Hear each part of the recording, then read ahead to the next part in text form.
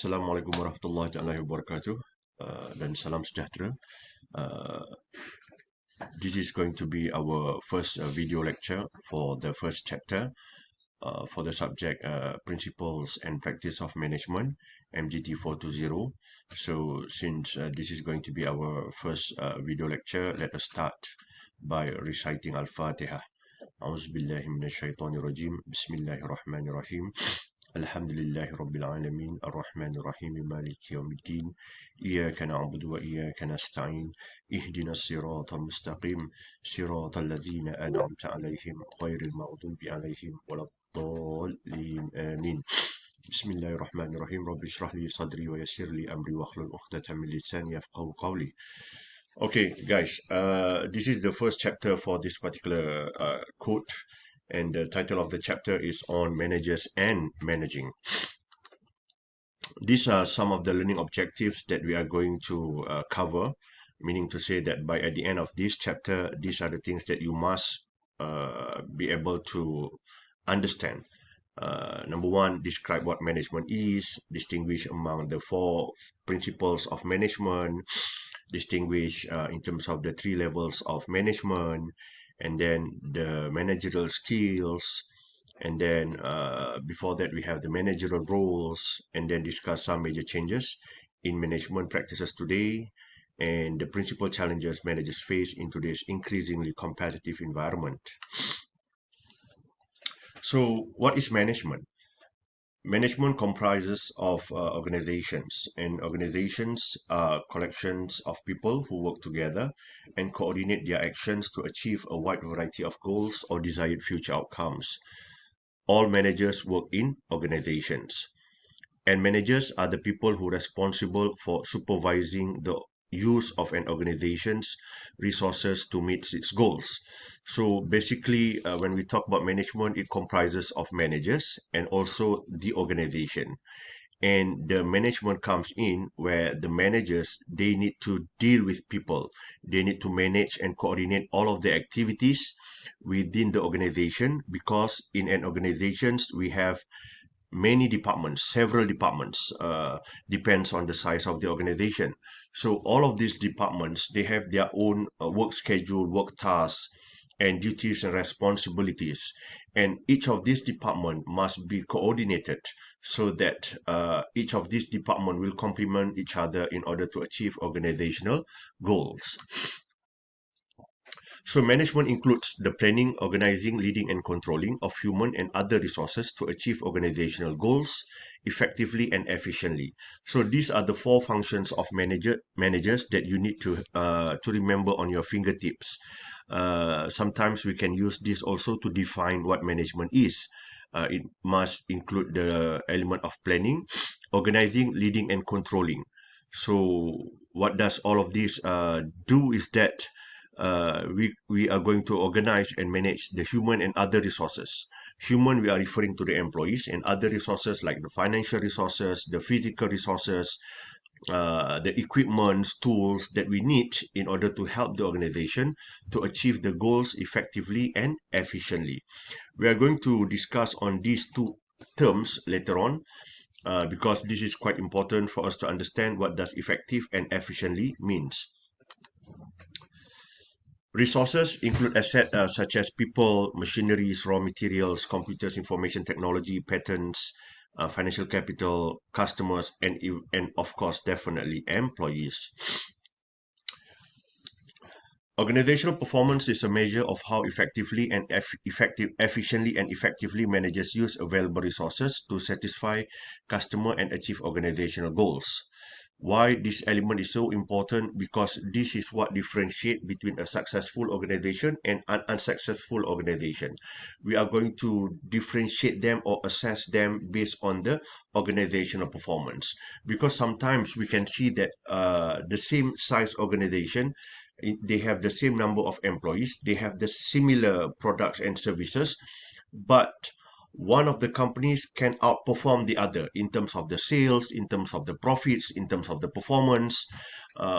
Why is that so? Because it goes back to how that particular organization effectively and efficiently use their resources, which include all of the resources that we talk about, and financial resources, physical resources, employees, as well as other resources.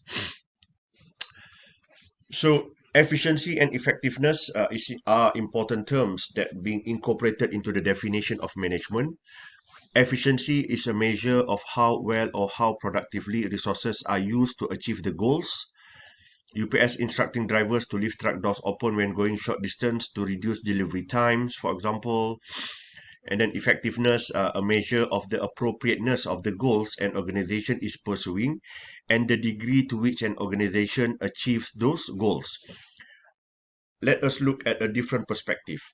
What does effective means is that if you are able to deliver what is expected, for example, if the organization asks the production team to deliver 100 units per day in terms of their production, and they are able to do that, that is considered as being effective because you are delivering what is expected. Excuse me. And efficiency, on the other hand, is that how well or how productive that the resources are being used. So if the organization expects that the production team to deliver 100 units per day between 9 to 5, they can produce 100 units. If they are able to do that in a shorter period of time, meaning that they can complete that by 3 p.m., so that means they are being efficient. They use the resources very well, so that's why they can complete the task in earlier short in earlier period of time, in a reduced number of hours that is being given to them. Or if they are able to produce within 9 to 5, instead of 100 they can produce 110, extra 10 units, so that is also considered as efficient. This is the combination of the effectiveness and efficiency means relating to the performance of an organization.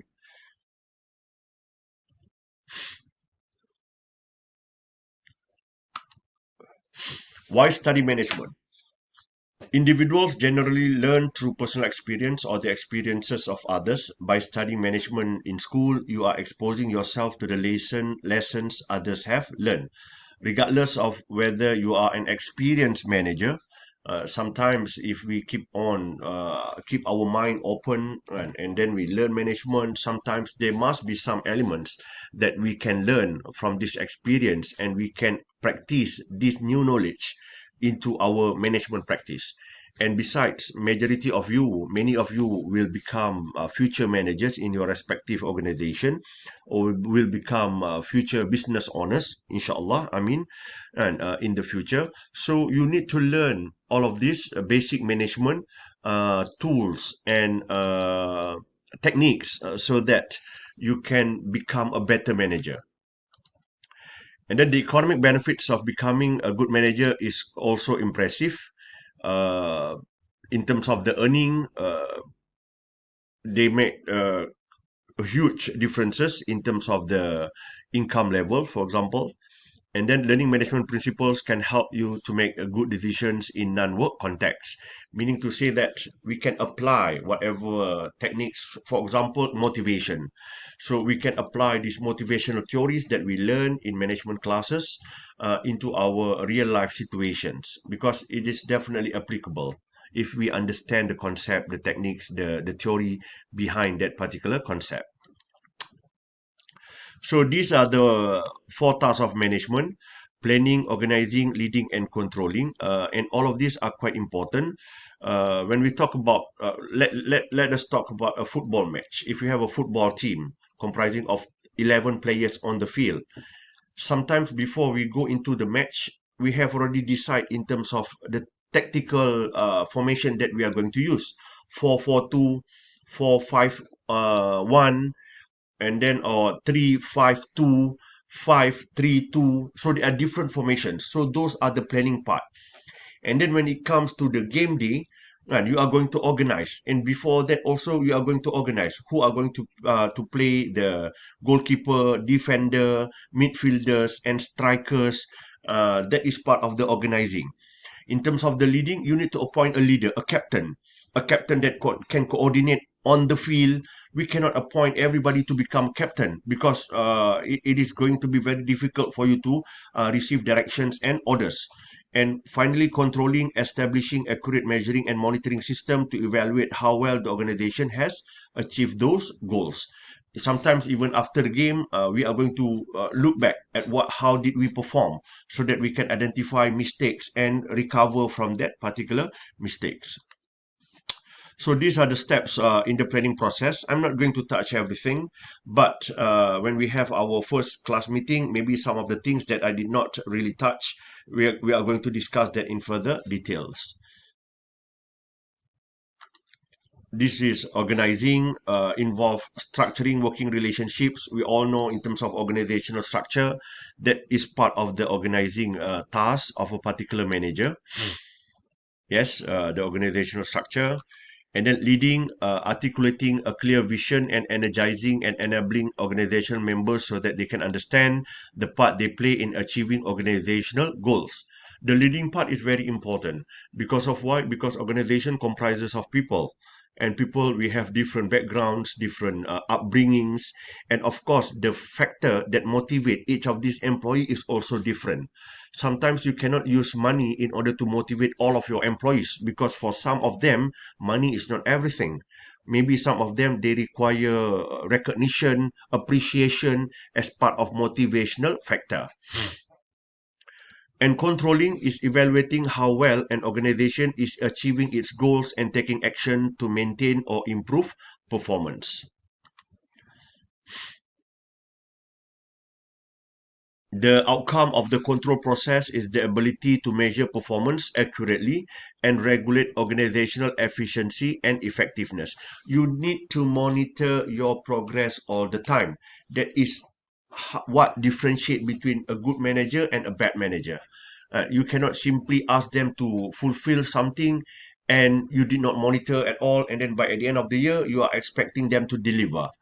Because sometimes during the year there are things happen, like what happened now, like COVID-19, and we have had different plans from the beginning of the year, and somewhere in March the COVID-19 hit the whole world, not only in Malaysia.